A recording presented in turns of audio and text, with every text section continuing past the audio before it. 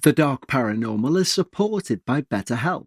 Now, you'll have heard me talk about BetterHelp for a long time, but I don't know that we've ever actually talked about how much people love this service when they use it. But you can check it all out yourself at betterhelp.com/reviews and see those amazing customer reviews in real time. The reviews are updated every day with hundreds of people saying how much they love BetterHelp and how helpful it's been to them. Please visit betterhelp.com/reviews to see for yourself. BetterHelp has an average live therapy session rating of 4.9 out of 5 based on over 1.7 million client session reviews. The feedback from people who've actually used this service speaks for itself. And as more than 6 million people have used BetterHelp globally, it's easy to see why. This consistent feedback from real users make it easy to see why so many people continue to choose BetterHelp. BetterHelp therapists have at least 3 years and 1,000 hours of hands-on experience. They also hold all required education, training, and certifications across a range of mental health specialities. And BetterHelp makes it easy to get started. Answer a few questions, get matched with a therapist based on your needs, and switch therapists at any time if it's not the right fit. See the reviews, see what stands out, and see if BetterHelp is right for you. Visit betterhelp.com, that's betterhelp.com.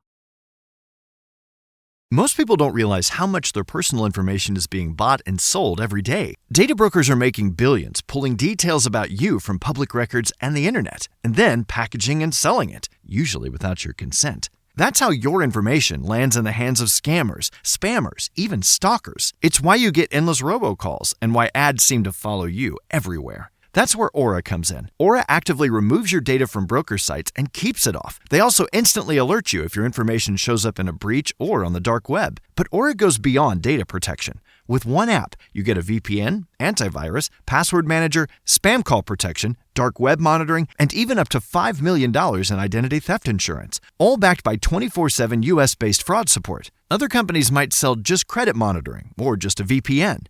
Aura gives you all of it, together, at the same price competitors charge for just one service. Start your free trial today at aura.com/remove. Protect yourself now at aura.com/remove. Not all of our minisodes need to be from listeners. In fact, places or lesser-known cases can sometimes take us to dark realms. Hello everyone, and welcome back to another installment of Dark Realms. Bi-weekly on Dark Realms, we will take a look at not a listener's experience, but a place that has at least 3 known spirits haunting that very location. And as we like to do here on Dark Realms, we'll begin with the spirit that's considered the least terrifying, although that's very much up to the listener's interpretation. And we do a kind of terror chronology building up to the alleged most terrifying one. But again, that's all down to your own perspective. Now, as I've mentioned recently, we have many new listeners, so a big welcome to those, and a huge thank you to our wonderful patrons who allow this show to keep running. There's information in the show notes about how you can become a Patreon, which can firstly get rid of those pesky ads, it can give you early access to each show, and can even give you 2 additional Patreon-only podcasts every week. And that's every week of the year, not just when we have a season. Combined with over 250 hours of Patreon back catalogue to listen to, I think joining our Patreon and becoming part of that amazing community of like-minded individuals is a wonderful way to support the show. But there's no reason to take my word for it. You can click the link in the show notes and get a free week at whichever tier you like of our Patreon. But of course, we're also partial to a like, a share, or a nice review. However you support the show is up to you.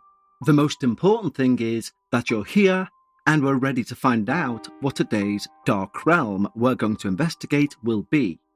Well, we need wait no longer. Please join me as we look at today's Dark Realm, the Forbidden City in China. In the center of Beijing stands a city within a city. Its walls are nearly 10 meters high. Its gateways are guarded by stone lions, painted gods, and enormous red doors studded with golden nails.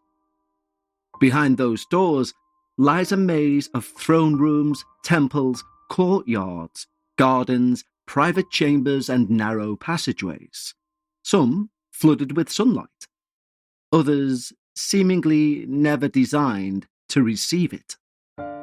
This is the Forbidden City. Construction began in 1406 under the Yonghi Emperor and was largely completed by 1420. For more than 5 centuries, it served as the political and ceremonial heart of imperial China.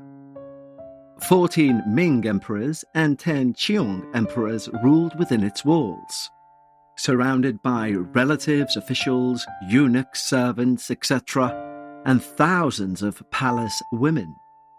UNESCO describes the complex as having nearly 10,000 rooms and as the seat of supreme power for more than 500 years.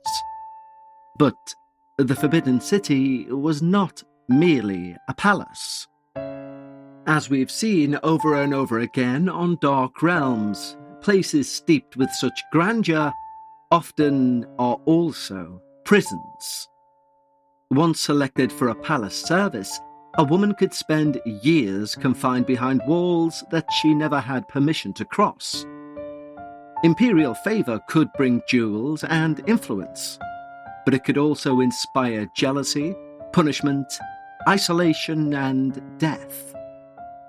Political intrigues and underhand goings-on took place in rooms where servants were expected to see nothing, hear nothing, and, of course, repeat nothing. The palace ceased to be the centre of imperial government after the collapse of the Qiong dynasty.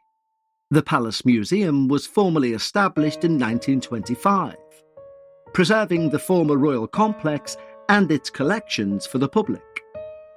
Today, millions enter through its gates beneath the bright Beijing sky. But some visitors leave before darkness settles. By then, the courtyards are empty. The last voices fade, the doors close, and guards begin their patrols through passages that were old long before their grandparents were even born. And according to the stories whispered in Beijing, the Forbidden City does not become empty at night. It merely returns to its former inhabitants. Today we will talk about 3 of them, beginning with a ghost that mourns, continuing with one that hunts, and ending at a place where history and nightmares meet. So let's begin with the tale of the Weeping Woman in White. The least violent of the Forbidden City's female spirits is also one of its most frequently reported and repeated. A solitary woman in white, heard crying after the living have long departed. She's usually described as young, with long dark hair and pale robes resembling mourning clothes. No reliable account gives her a name. Some versions identify her as a neglected concubine. Others call her a palace maid who died without family, ceremony, or proper burial. This uncertainty is part of the legend. She represents women whose identities disappeared into the palace's service, remembered only as footsteps, fabric, and sobbing. It should be unsurprising to hear, then, that witnesses allegedly hear her before they see her. The sound begins quietly. A woman crying somewhere beyond a wall. Follow it, and it moves into the next courtyard. Turn a corner, and a pale figure is suddenly ahead of you, walking with her head lowered. One widely circulated account describes a young man approaching the woman from behind and attempting to speak to her. She did not acknowledge him. She continued walking, apparently unaware of his presence, or deliberately refusing to reveal her face. Other versions end more violently. The woman stops sobbing, releases a piercing shriek, and runs towards the witness before vanishing. Arguably a more subliminally frightening version of this legend states the woman does not always disappear. Those who follow the crying may find themselves returning to the same courtyard again and again, despite walking in a straight line. The doors behind them appear closed. The passages seem subtly altered, and each time the weeping begins again, but this time closer. First behind a wall, then behind a doorway, then directly behind the listener. No attack is ever described, no hand reaches out. But when the witness turns around, the courtyard is empty, although the crying continues inches from their ear. And yes, allegedly, this is not the most terrifying spectre here in the Forbidden City. Next, we look at the faceless woman in black. There's not much you can do about the money you have now, but if you want to do something about the money you could have tomorrow, Acorns wants to help. And with the Acorns Potential screen, you can find out what your money is capable of. Acorns is a smart way to give your money a chance to grow. It's easy. You can sign up in minutes and start automatically investing your spare money, even if all you have is spare change. Because Acorns grows with you. Whether you're just starting out or thinking about settling down, Acorns supports your big and small goals across every life stage. And the Acorns Potential screen shows you the power of compounding and how your money can grow over time. Plus, you can quickly adjust how much you're investing every day, every week, or month to make sure you're building toward your goals. Acorns is an all-in-one. No more finance apps cluttering up your phone. With Acorns, you can invest, save, and give your money a chance to grow in one trusted place. I've had and used many financial applications, but the specific thing about the Acorns app I love is the potential screen. Of all the apps I've used, it gives me such a clear picture of the opportunities for my cash to grow. So sign up now and Acorns will boost your new account with a $5 bonus investment. Join the over 14 million all-time customers who've already saved and invested over $22 billion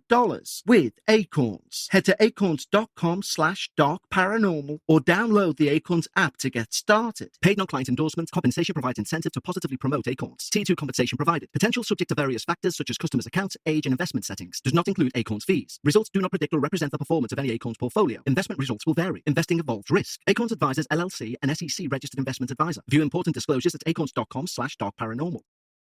What if one bottle could replace the benefits of 8 steps in your skincare routine?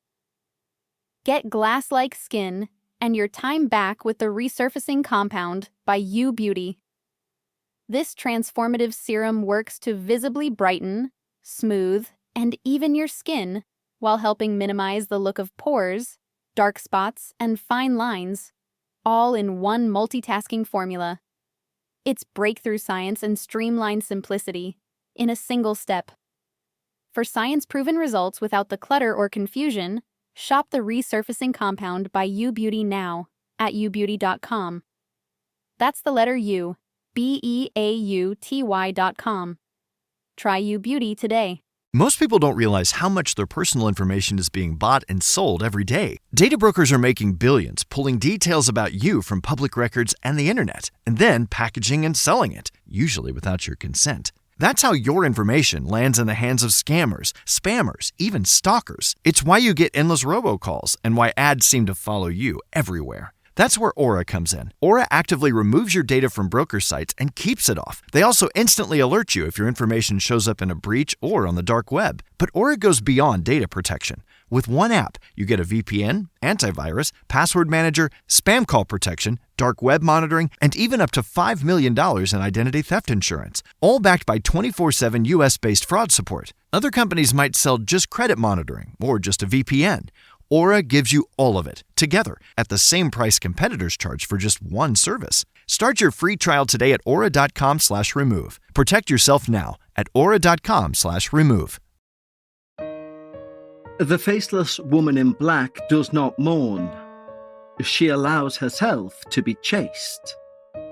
The story is commonly dated to a night in 1995, when security personnel were patrolling after the Forbidden City had closed. 2 guards reportedly saw a lone woman dressed entirely in black moving through an otherwise deserted section of the palace. Her presence made no sense. Visitors had been cleared from the complex. Doors had been checked. A trespasser inside the imperial precinct represented a serious security breach. The guards called out for her to stop. She continued walking. They followed, believing she may be a thief. Yet, however quickly they moved, the woman remained at a set pace ahead of them, gliding through the darkness without appearing to run. She finally reached a locked door. With no visible route of escape, the guards cornered her, and they ordered her to turn around. She obeyed. And in the words repeated through the surviving versions, she had no face.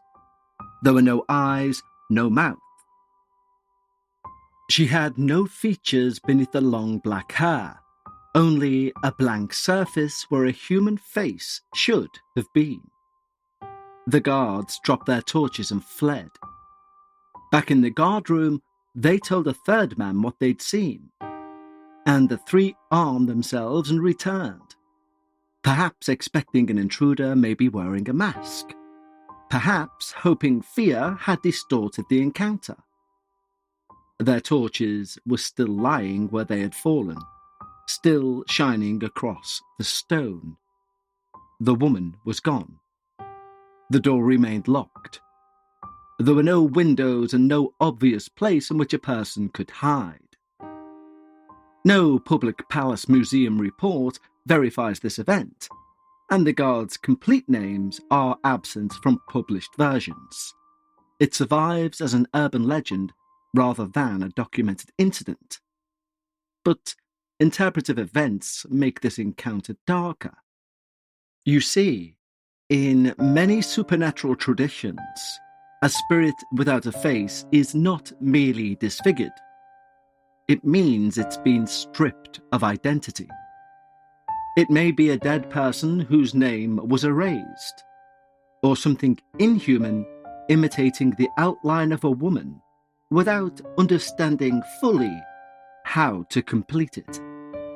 There is also the chance maybe she was leading them, step by step, towards a locked door she already knew they could not open. And that's for our final ghost. And this ghost does have a name.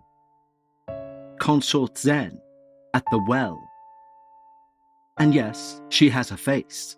And history records that she indeed died inside the Forbidden City. Consort Zen is often called the Pearl Concubine. She was born in 1876 and entered the Guangxi Emperor's household as a teenager. Contemporary and later accounts remember her as intelligent, independent, and unusually interested in photography and political reform. She became a favourite of the emperor, but that position placed her in direct conflict with the formidable Empress Dowager Cixi, a lady who dominated the late Chuang court. After the failure of the 100 Days Reform in 1898, the Guangxi Emperor was effectively confined, and Consort Zen was placed under house arrest. She reportedly spent roughly 2 years isolated from him in a remote part of the palace. Then, in August 1900, foreign armies approached Beijing during the Boxer Crisis. Dowager Cixi and the imperial household prepared to flee. Consort Zen did not leave with them. Official Chuang records present her death as a suicide or martyrdom. Other accounts, including recollections attributed to eunuchs and palace servants, claim that Cixi ordered her killed.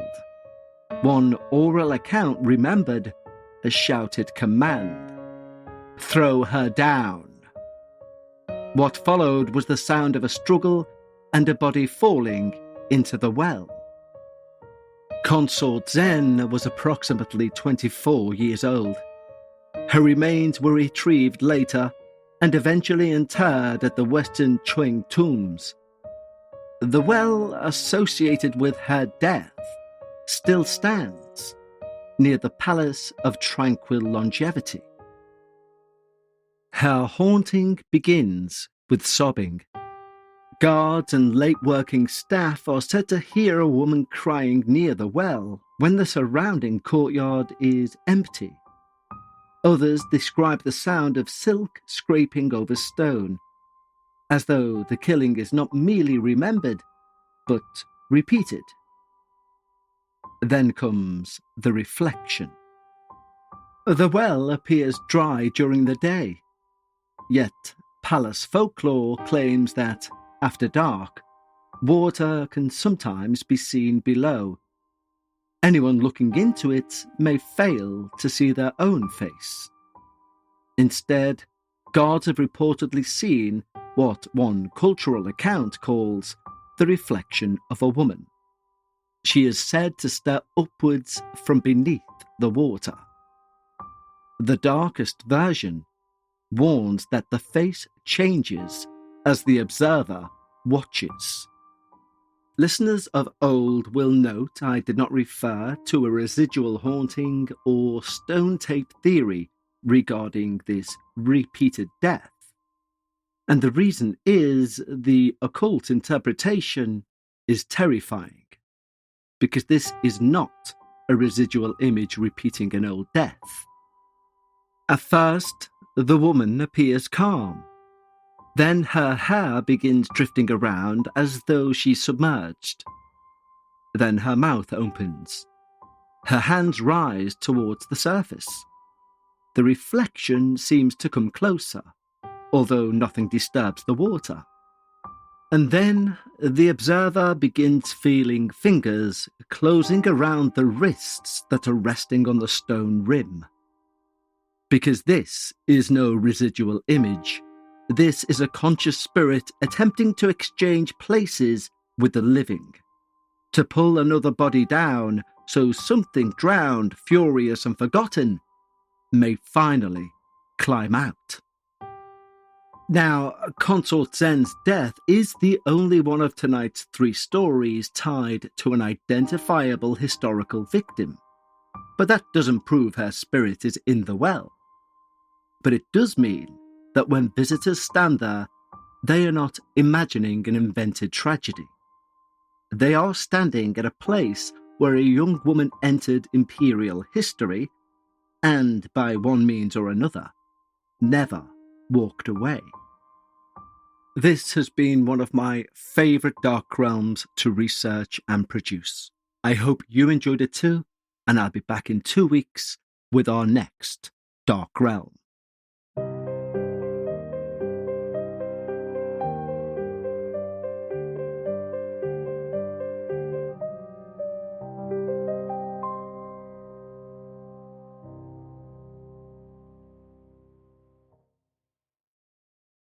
Most people don't realize how much their personal information is being bought and sold every day. Data brokers are making billions, pulling details about you from public records and the internet, and then packaging and selling it, usually without your consent. That's how your information lands in the hands of scammers, spammers, even stalkers. It's why you get endless robocalls and why ads seem to follow you everywhere. That's where Aura comes in. Aura actively removes your data from broker sites and keeps it off. They also instantly alert you if your information shows up in a breach or on the dark web. But Aura goes beyond data protection. With one app, you get a VPN, antivirus, password manager, spam call protection, dark web monitoring, and even up to $5 million in identity theft insurance, all backed by 24/7 US-based fraud support. Other companies might sell just credit monitoring or just a VPN. Aura gives you all of it, together, at the same price competitors charge for just one service. Start your free trial today at aura.com/remove. Protect yourself now at aura.com/remove.